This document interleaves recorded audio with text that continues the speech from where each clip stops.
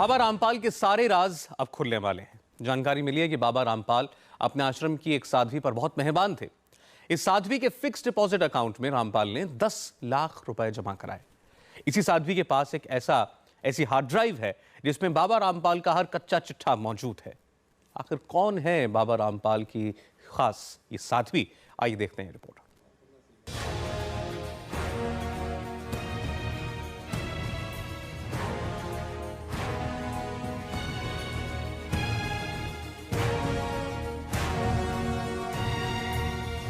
बाबा रामपाल की अय्याशी के राज।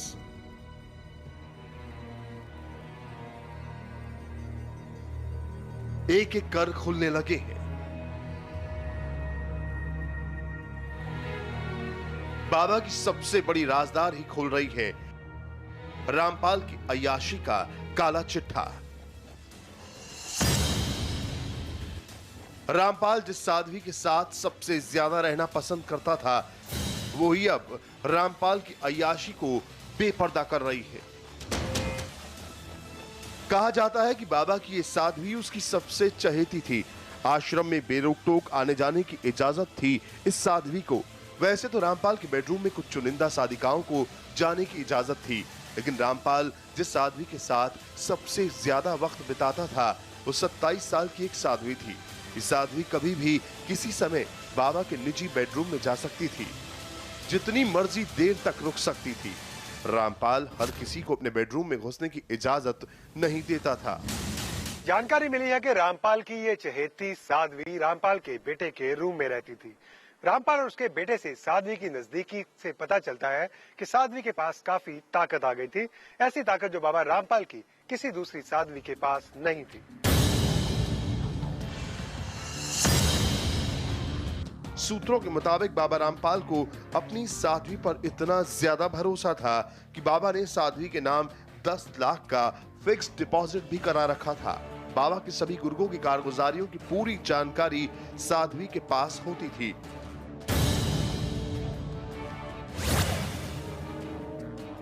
साध्वी ने सारी जानकारी अपने लैपटॉप, मोबाइल फोन और हार्ड डिस्क में छुपा कर रखी थी। जानकारी के मुताबिक साइबर एक्सपर्ट की एक विशेष टीम साध्वी के laptop, 6 mobile phone, 10 hard disk, 17 CD, 3 telephone diary और 5 फाइलों की जांच कर रही है। आपको बता दें कि इसी साध्वी ने सतलोक आश्रम के कंप्यूटरों से हार्ड डिस्क हटा दिए थे और उन्हें नष्ट करने के बारे में सोच रही थी। पुलिस सूत्रों के मुताबिक रामपाल की इस चहेती के पास बाबा और बाबा के सबसे खास शख्स जो उसके पिता भी हैं कि हर काले कारनामे की जानकारी रहती थी। बाबा के इस खास राजदार को मालूम होता था कि किस समय क्या होने वाला है। हरियाणा पुलिस से पूछताछ में रामपाल की इस खास साध्वी ने कई रहस्यों से पर्दा उठाया है। इसमें रामपाल की सेक्सुअल हैबिट से लेकर फंडिंग और आश्रम को मिलने वाले दान की कहानी भी शामिल है। जानकारी मिली है कि रामपाल की ये चहेती साध्वी रामपाल के सबसे खासम खास शख्स की बेटी थी। बाबा के सबसे भरोसेमंद को बरवाला के सतलोक आश्रम से 20 नवंबर को गिरफ्तार किया गया था। पुलिस से पूछताछ में साध्वी ने बताया कि उसके पास सारी साधिकाओं की जानकारी होती थी। साध्वी ने पुलिस को साधिकाओं की पूरी लिस्ट देने की बात की है। पुलिस को उम्मीद है कि साध्वी की लिस्ट से और साधिकाओं की गिरफ्तारी संभव हो सकेगी और तब बाबा की अय्याशी का एक और बड़ा काला चिट्ठा खुलेगा। सूत्रों के मुताबिक बाबा रामपाल की इन साधिकाओं का यौन उत्पीड़न बाबा के काले कर के सहयोगी भी करते थे। जानकारी मिली है कि साधिकाओं में से ज्यादातर मध्य प्रदेश और छत्तीसगढ़ से ताल्लुक रखती हैं। स्वर्ग में जाने की क्या कीमत हो सकती है? बाबा रामपाल के मुताबिक कीमत थी 1 लाख रुपए।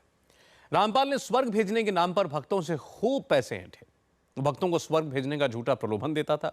भक्त स्वर्ग जाने के लालच में 1 लाख रुपए देने के लिए आसानी से राजी हो जाया करते थे। बाबा रामपाल ने इसी चाल से ये अकूत संपदा, ये दौलत इकट्ठा की। बाबा रामपाल की तिलिस्मी दुनिया। सतलोक आश्रम में अय्याशी की दुनिया। रामपाल के तहखानों में था अय्याशी का बंदोबस्त। रामपाल के बदन पर होता था डिजाइनर जैकेट। आंखों पर महंगे गॉगल्स और लग्जरी गाड़ियों का शौक, लेकिन आश्रम में मिलते थे अय्याशी के सबूत। आपत्तिजनक चीजें, प्रेगनेंसी टेस्ट किट और अश्लील किताबें। बाबा रामपाल ने अपने आश्रम में अय्याशी का पूरा ठिकाना बना रखा था। पुलिस को रामपाल के कमरे से प्रेगनेंसी किट के साथ साथ शक्तिवर्धक दवाइयां मिली थी। सवाल है कि आखिर बाबा रामपाल के बेडरूम में कहां से आई प्रेगनेंसी किट और शक्तिवर्धक दवाएं? रामपाल ने अकूत दौलत इकट्ठी की थी। बाबा रामपाल का आश्रम ही भक्तों से मोटी रकम ऐंठने का जरिया बना हुआ था। रामपाल भक्तों को स्वर्ग भेजने का सब्ज़बाग दिखाकर स्पेशल पूजा करने के लिए कहता था। बाबा रामपाल की स्पेशल पूजा में भक्तों को स्वर्ग भेजने का भरोसा दिलवाया जाता था। भक्तों से ज्यादा पैसे ऐंठने के लिए बाबा रामपाल का दावा था कि अगर स्वर्ग में सीट पक्की करनी है तो 1 लाख रुपए देने होंगे। भक्तों को स्वर्ग भेजने के लिए इस तरह की स्पेशल पूजा हर 15 दिन पर करवाई जाती थी। इसमें बाबा के 2000 से 3000 भक्त भाग लेते थे। पूजा में भाग लेने के लिए हर भक्त से 9000 रुपए वसूले जाते थे। अब आप खुद अंदाजा लगा सकते हैं कि हर 15 दिन में होने वाली स्वर्ग की इस खास पूजा से बाबा रामपाल ने कितनी दौलत इकट्ठी कर ली होगी। बाबा रामपाल अपनी अय्याशी के लिए पैसे भक्तों को बेवकूफ बनाकर इकट्ठा करता था। वो भक्तों के लिए स्पेशल पूजा का आयोजन करवाता था। पूजा के आयोजन के लिए रामपाल भक्तों को कहता था कि इस खास पूजा से उनके सारे दुख तकलीफ दूर हो जाएंगे। कुछ दिन पहले तक बाबा रामपाल अय्याशी के दिन बिता रहा था, लेकिन अब रामपाल की ऐसी स्थिति है कि उसके पास जमानत के लिए जुर्माना राशि भरने के लिए पैसे तक नहीं है। रामपाल जमानत के लिए जरूरी 20,000 रुपए तक नहीं जुटा पाया। रामपाल की जमानत राशि भरने के लिए कोई भी आगे नहीं आया। रामपाल की गिरफ्तारी के बाद उसके राज अब दुनिया के सामने आ रहे हैं। भक्तों को अपने भ्रम के जाल में बांधने की कला रामपाल बहुत अच्छी तरह से जानता था। रामपाल के कई राज ऐसे हैं जो दुनिया के सामने आना भी बाकी हैं। रामपाल खुद को कानून से ऊपर मानता था। उसकी नजर में कानून नाम की कोई चीज थी ही नहीं। आश्रम में लाइट और इफेक्ट्स का इस्तेमाल करके भक्तों के सामने अपना ऐसा रूप प्रस्तुत किया करता था कि हर कोई हैरान रह जाता था।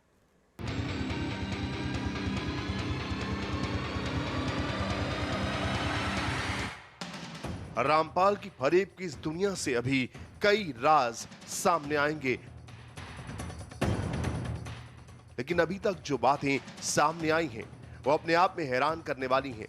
रामपाल का जादू अपने भक्तों पर कुछ इस कदर था कि भक्त रामपाल पर अंधा विश्वास करते थे। कहते हैं कि रामपाल के भक्त उसे दूध से नहलाते थे, फिर उस दूध से खीर बनती थी, उस खीर को प्रसाद के तौर पर बांटा जाता था। रामपाल ने ये भ्रम फैला रखा था कि इस खीर को जो खाता है उसे मोक्ष प्राप्त हो जाता है और इसके साथ ही इससे लाइलाज बीमारियों का इलाज भी होता है। पाखंड की ये राज उन तमाम भक्तों ने खोले हैं जो इस आश्रम के चंगुल से छूट करके बाहर निकले हैं। सतलोक आश्रम के बाहर जो हंगामा रामपाल के गुंडों ने किया, कानून के खिलाफ जो लड़ाई रामपाल ने लड़ी, इसका पाठ भी रामपाल की इसी लंका में पढ़ाया जाता था। सतलोक आश्रम में कानून की अवमानना का पाठ पढ़ाया जाता था। रामपाल खुद को कानून से ऊपर मानता था। उसकी नजर में कानून नाम की कोई चीज नहीं थी।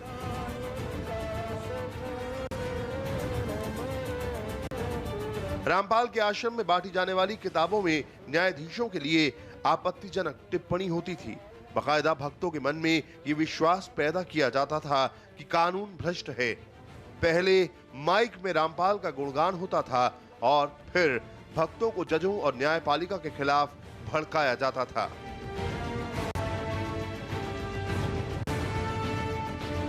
ये पाठ पढ़ाया जाता था कि रामपाल के साथ कानून गलत कर रहा है।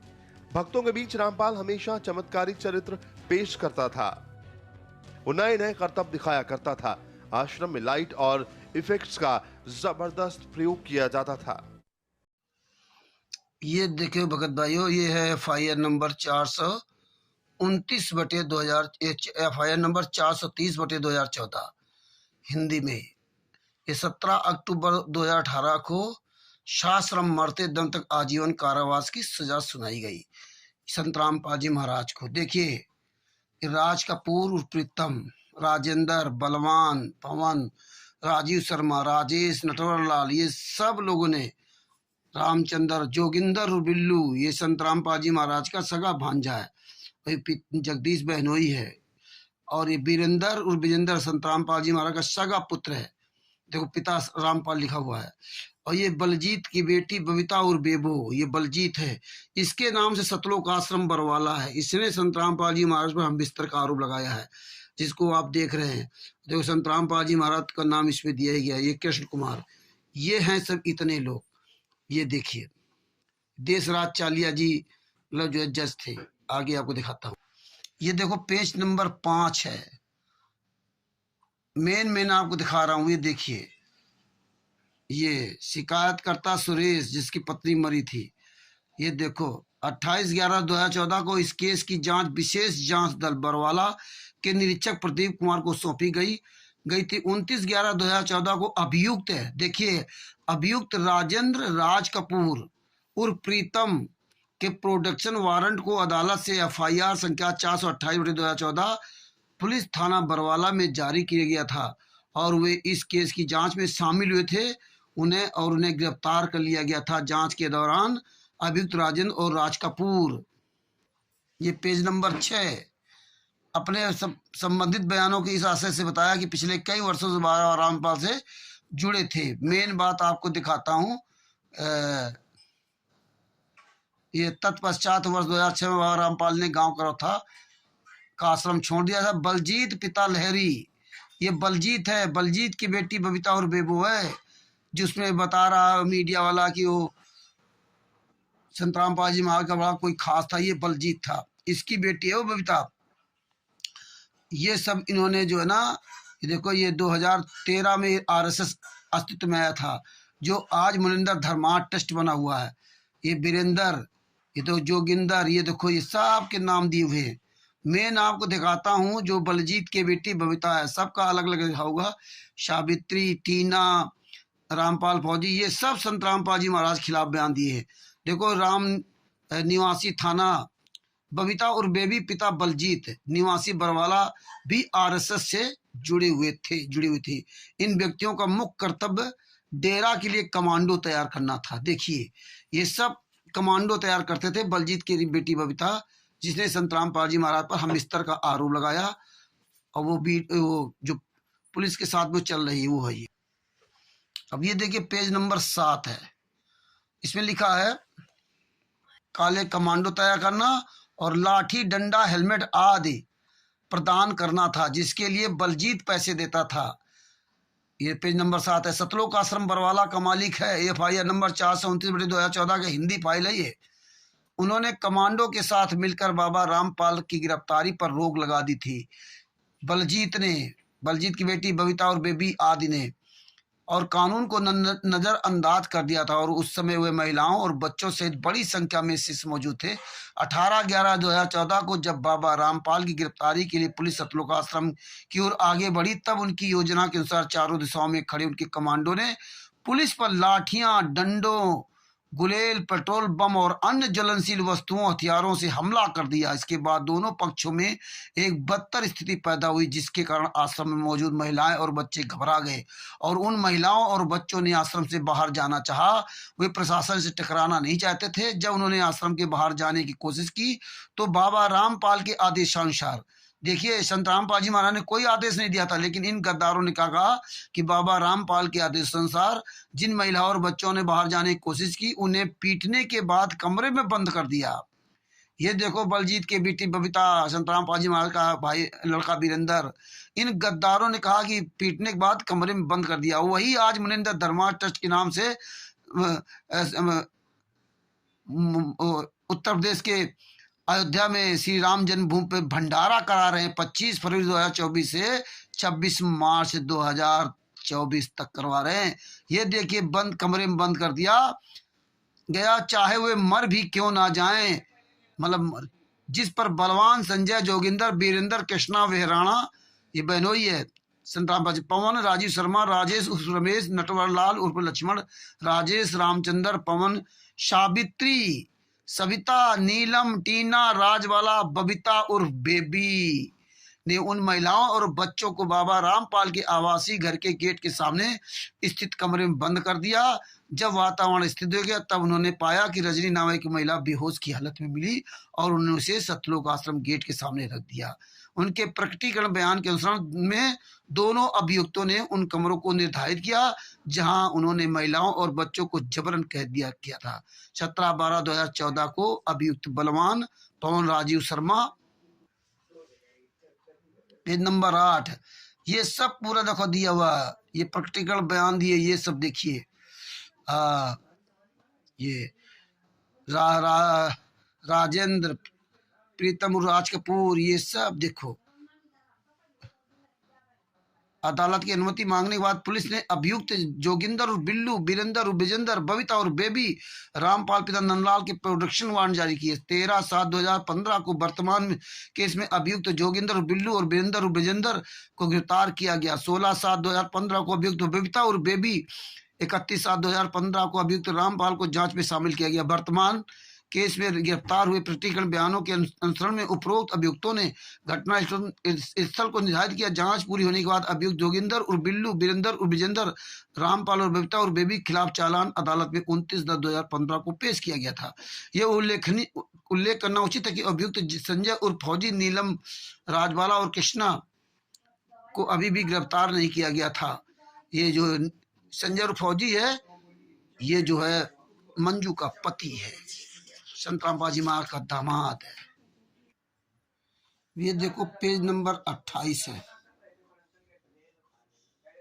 ये सब देखो, सबके नाम दिए। इन गद्दारों ने संतराम पाजी महाराज के खिलाफ बयान दिया और यही सब मुनिंदर धर्मा ट्रस्ट चला रहे। ये गुंडे हैं जो अयोध्या श्री राम मंदिर में वहां भंडारा करा रहे हैं। इन गद्दारों से FIR नंबर 429-430 की फाइल मांगिए, आपको सब पता चल जाएगा।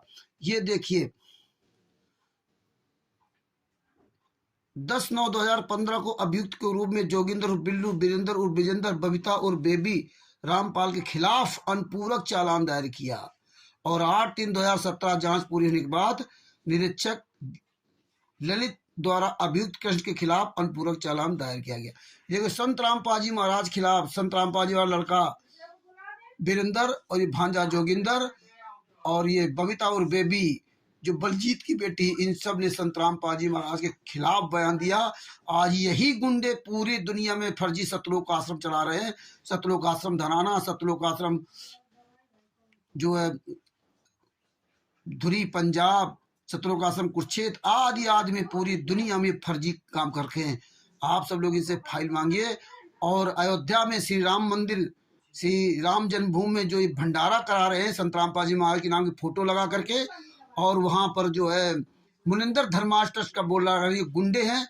ये मुनिंदर धर्माश ट्रस्ट 17 मई 2014 को 2018 को बनाया है। 17 मई 2018 को रजिस्टर कराया है। ये सब फर्जी है। ये रंधावा खत्री उसका मालिक है।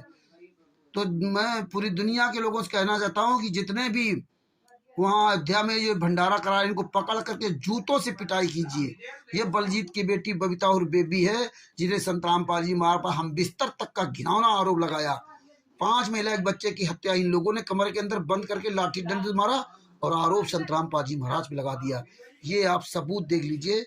बात बाकी फाइल तो बहुत बड़ी है। सच साहेब, जय हो बंदी छोड़ की।